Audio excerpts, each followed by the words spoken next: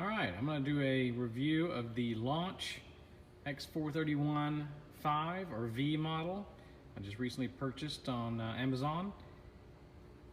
This is a automotive scanning tool that is a huge upgrade from what a lot of people are using.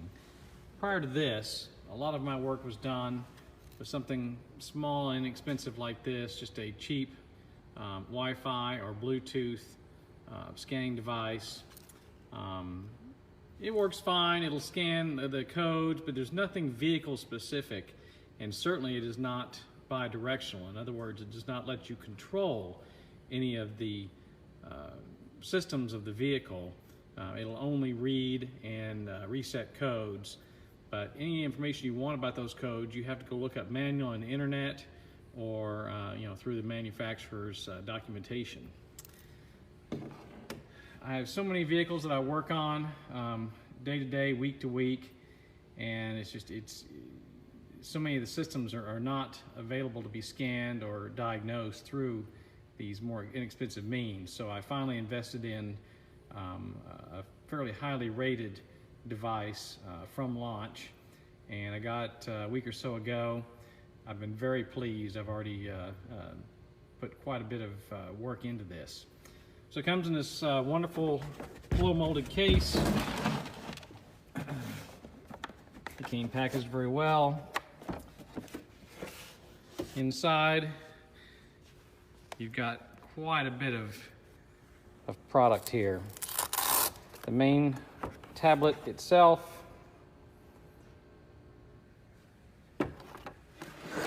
this is the actual OBD2 plug-in module, and it talks wirelessly through Bluetooth to this tablet. And you have all kinds of connectors specific to different vehicles. Now, most of the time, you can work through, the OBD2 port that's under the dash, but there are just a multitude of different cables for different situations, all kinds of stuff. Clamps for getting power if you need auxiliary power.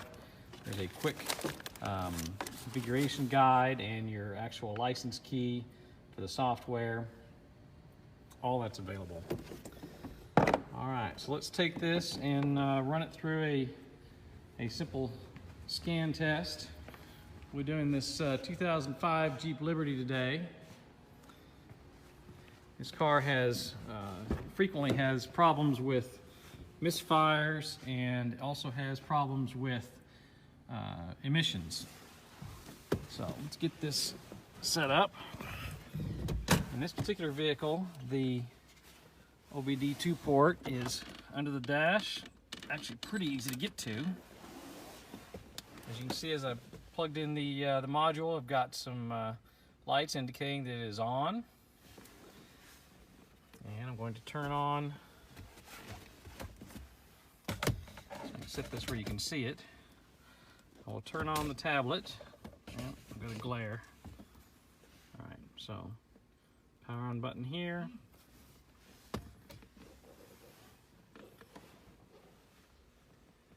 Software will come up. See if I can get to sit there. That'll work.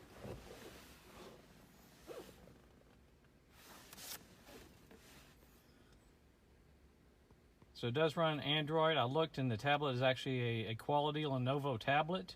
You can remove this really strong cover if you need to insert a micro SD card or do any other diagnostics or do any other work with it.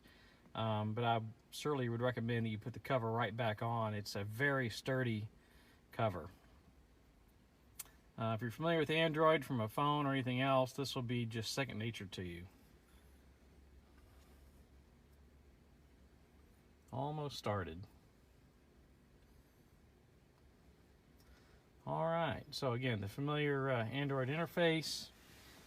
The software comes already preloaded. Now you probably want to do an update on it. I already did that through Wi-Fi. It just took a very few minutes. It wasn't very long at all. In this case, see if I can get it to read. The one I want to choose is Jeep. it just talks a little bit about the systems. I'm going to say OK. It's connecting to the Bluetooth dongle that we talked about a while ago. That's under the dash there. You can hear it's beeping as it connects.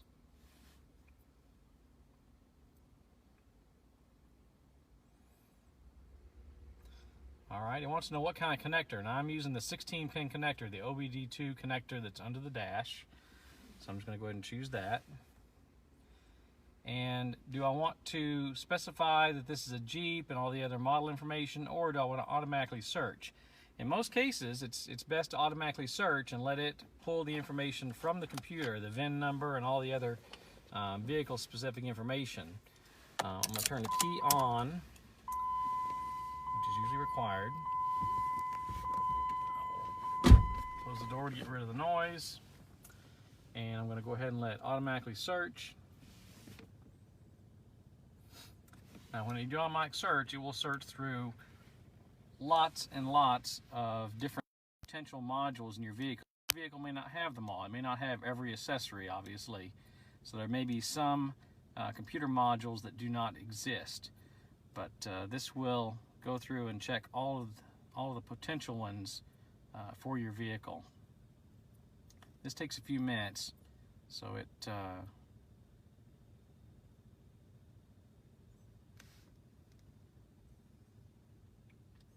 I've tried this on a Jaguar, on a Toyota Sequoia. Alright, at this point it has detected this is a 2005 Jeep Liberty. It does have the VIN number. And now I can do either a general health report, a system scan, or select a specific system. Again, I want to show the specifically the number of different systems that it will scan for. So right now it's going for the powertrain control module, the PCM, which is very common. Most vehicles will have that. It's checking the transmission control module to see if it has that control module. Anti-lock braking, again, very common. What is next? The airbag system. You know, most of your modern cars will have airbag systems. You can see on the right side over here it says whether it's equipped or not equipped with these different modules.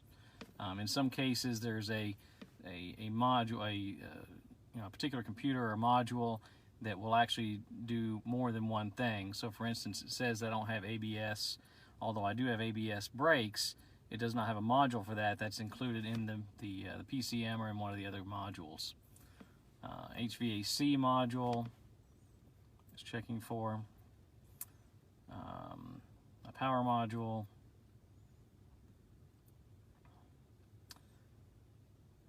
Radio module. This car actually has an aftermarket radio, so I don't think it has that.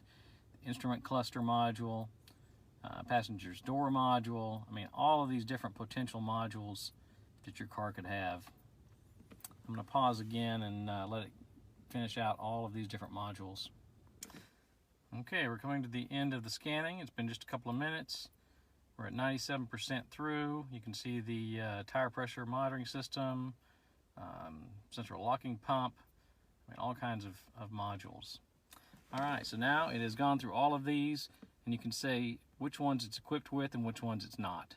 So it found these different modules. Alright, on this particular car, I also need to see about programming another key or checking the security system.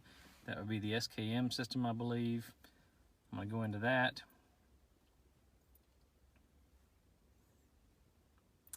You can see here, you can get the information on the module itself.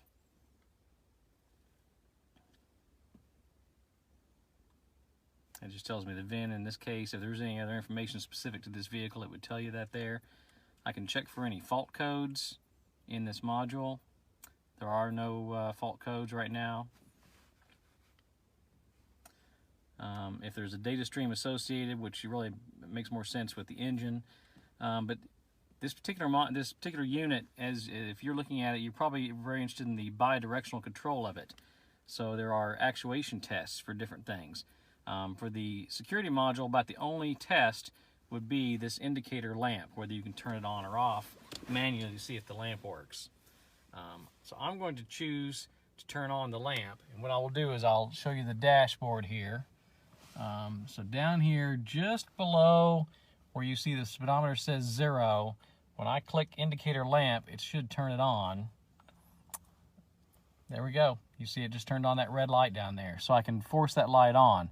That's true of several of the systems in the vehicle. You know, I can turn on and off different valves, especially emission control valves, that type of thing, directly from this unit.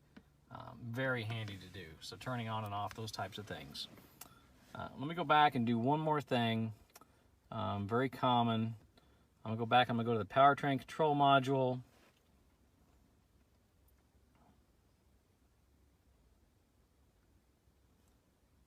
Once I'm in that module, I want to see if there's any codes there. I don't believe there are. The check engine light was not on in this vehicle, but I will check just to see. Is there any? Yeah, there's no codes pending. I do want to do a quick read data stream. So I'm going to start this vehicle up.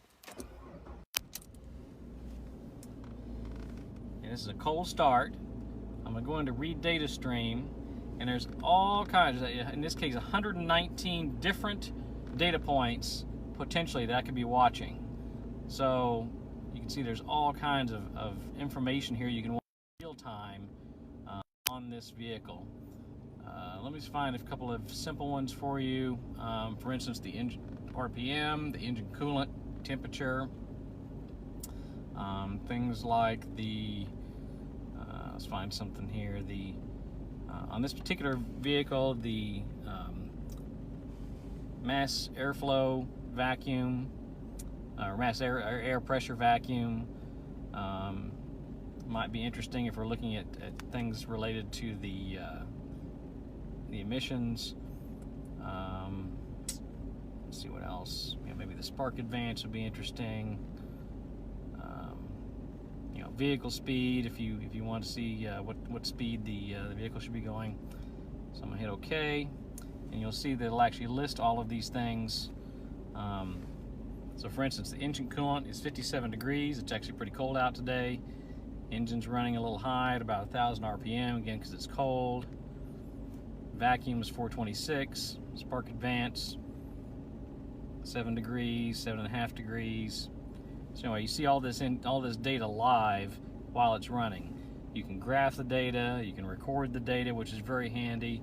You know, save that, report on it. I mean, everything you'd expect from a really high quality tool. This is, you know, is it comparable to Snap-on or to the Bosch tools?